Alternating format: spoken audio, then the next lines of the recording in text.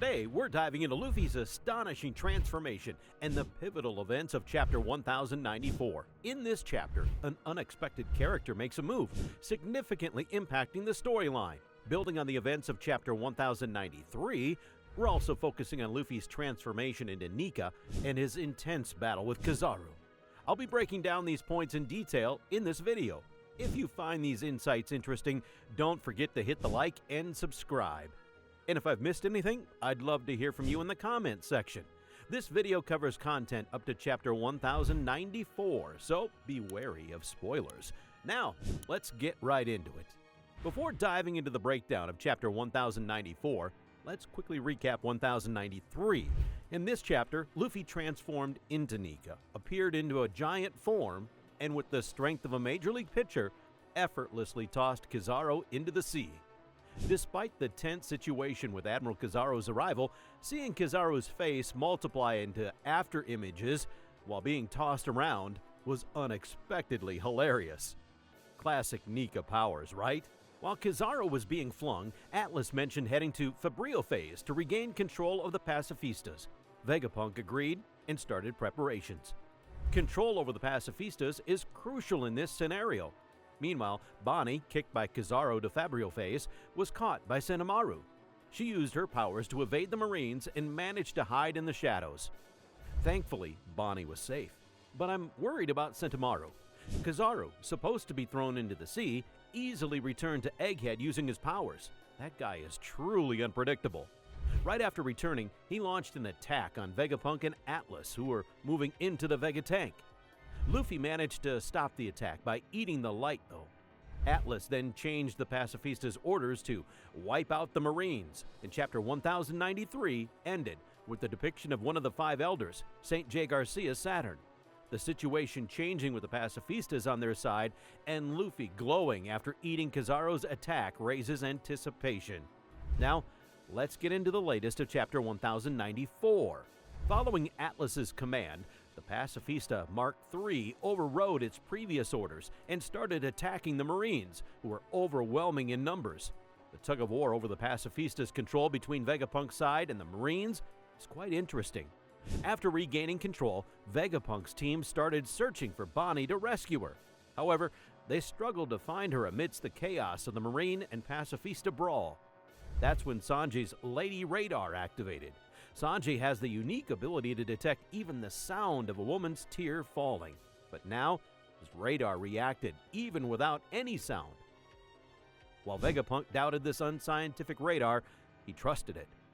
Sanji, having found Bonnie, said his restless heart was too fast for the Vega tank and dashed ahead with Skywalk to rescue her. Sanji's reliability is just incredible. Bonnie, hiding in the shadows, got spotted by a Vice Admiral. And here's a twist. She used a new technique, NDE, firing bullets infused with her age-manipulating ability. Bonnie's powers haven't been fully explored yet, but the ability to imbue bullets with her powers is seriously strong. NDE seems like a near-death experience, and it seems that getting hit by it literally causes the victim to experience this, knocking them out from the shock. Before, her attacks physically transformed people into children or elderly, but this new move seems to manipulate age on a mental level. Yep, the Marines hit by the attack were saying they saw the river Styx before falling one after another. Bonnie's powers are temporary, but the exact duration is unknown, and during that time, the victims can't fight back, making it a really tricky ability. If she can manipulate both physical and mental age, that's like cheat-level strength. Can't wait to see more of Bonnie's moves. Just when it seemed like Bonnie had escaped, a Pacifista, ignoring Atlas's orders, blocked her path, saying, "You're not getting away." Bonnie was puzzled, but it was actually Vice Admiral Bluegrass moving it, using his ride fruit powers, which allow him to ride and control anything. That's why he could even move the Pacifista against Atlas's orders. He mentioned that controlling multiple things is impossible, which makes sense because that would be too overpowered. But being able to ride even a Seraphim in a bubble and take over its commands? That could be a huge game changer in this battle, ignoring the chain of command. Yeah, that's a crazier ability than I thought. Bonnie, facing a Pacifista with her father Kuma's face, was unable to counter and almost got hit by its beam. But at the last moment, Sanji swooped in to save her. Sanji's just too cool. But then, another Vice Admiral appeared and launched an attack. Not sure about his name or if he's a devil fruit user, but he was wielding a large shell weapon called the Otter Hammer. On closer inspection, this guy has animal-like feet and seems to have a tail, so there's a chance he's a Zoan-type devil fruit user with a sea otter model. Considering a mink from the Navy is rare and minks don't typically align with the government, it makes more sense for him to be a Zoan user, and the mink are unlikely to be on the government side. It would be pretty shocking if his techniques are named after sea otters, but he's not actually one. Currently, there are 9 Vice Admirals in the world government's Navy, but so far, Vice Admirals Doberman and Dahl are confirmed, apart from the newly introduced Bluegrass. Remember another Vice Admiral who appeared in the battle scenes? What? Which scene? It's the bald one who launched the first attack when the Navy was landing on Egghead. He used a technique called Steam Knuckle, punching sea beasts with steam billowing from his head, and his hands look cybernetic. That scene does ring a bell. His weapon looks similar to the Battle Smasher used by the former Admiral Zephyr from the movie. Zephyr trained many Marines, so it's speculated this Vice Admiral might have been trained by Zephyr and uses a similar weapon out of admiration. Seeing Zephyr's influence in the main story would be pretty cool. Also, during the landing, Vice Admiral Dahl's combat scene was briefly shown. He didn't use any abilities, just pure martial arts and kicking. Can't wait to find out the names and abilities of all the Vice Admirals. The scene switched to the lab phase, where we saw Luffy fighting Admiral Kizaru.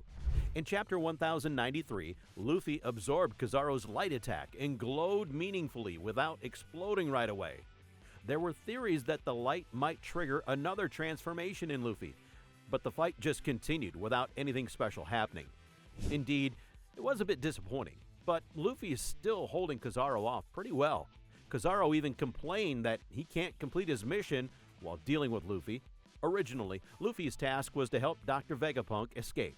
But now, with Kizaru's arrival, it seems Luffy's new mission is to keep Kizaru occupied so he doesn't go after Vegapunk and the others. However, Kizaru, using his signature light speed movement, managed to reach Vegapunk and destroyed the path made of island clouds. After all, that's his primary goal. Seeing Luffy's exhaustion from maintaining his Nika form, Kizaru commented, "You must be at your limit in that form," before launching another light attack. Luffy, though hit, countered brilliantly with a new technique called Star Gun, delivering a critical hit to Kizaru's head. It's similar to the attack he used against Kato, where Kato's head turned rubbery. But this time, with Star Gun, there were stars around Luffy's head, suggesting even greater power. Kizaru, hit by the attack, thought to himself, "This is bad," and was blown away. Luffy, reaching his limit, aged into an old man and collapsed to the ground. Luffy's attack that made even Kizaru say, "This is bad," was impressive. But what's really striking is the name Star Gun, which can also be read as Shirahoshi.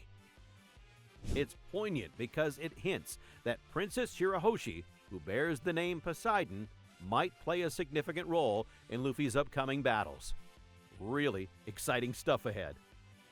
Egghead Island's getting even more heated with the battle against the Navy, especially since the pacifistas have switched sides back to Dr. Vegapunk. Luffy, Zoro, Jinbe, Admiral Kizaru, and Rob Lucci are all sensed something unusual happening. Then suddenly, a voice echoed across the island, "Stop, pacifista!" And all the pacifistas escorting Vegapunk and his team just froze. Dr. Vegapunk and Atlas, unaware that Saint Saturn has arrived, kept ordering the pacifistas to resume their duties. Atlas realized something was up and muttered, "The only ones above our authority are the Five Elders." Just as Dr. Vegapunk sensed something and started moving, a magical circle appeared on Egghead Island. The Marines were freaking out, never having seen anything like it. Then an announcement came saying that Saint Saturn was landing on Egghead Island, and anyone below the rank of Rear Admiral was not permitted to see him. And speaking of ranks below Rear Admiral, that includes captains, commanders, lieutenants, and rank-and-file Marines. Even someone at the level of captain, like Kobe or Tashigi, are not allowed to see the Five Elders. For reference, Rear Admirals include folks like Branu and Yarasugi. So even Kobe and Tashigi can't see them. Wow! The Marines were shocked. The Five Elders? Sure, they knew about their existence, but they'd never seen them. They were really panicking since they had no clue the Five Elders were even on board for this mission. From the mysterious magical circle, the distinctive sound of Conqueror's Haki crackled like electricity, followed by a massive explosion and smoke engulfing the area. Sanji yelled that someone emerged from the circle. The whole scene just felt ominous. There he was, the person who appeared on the scene, Saint Jegarcia Saturn, the scientific defense war god. His appearance was monstrous, with the lower half resembling a spider with 6 legs and the upper half human, complete with black horns sprouting from his head. This development is shocking, isn't it?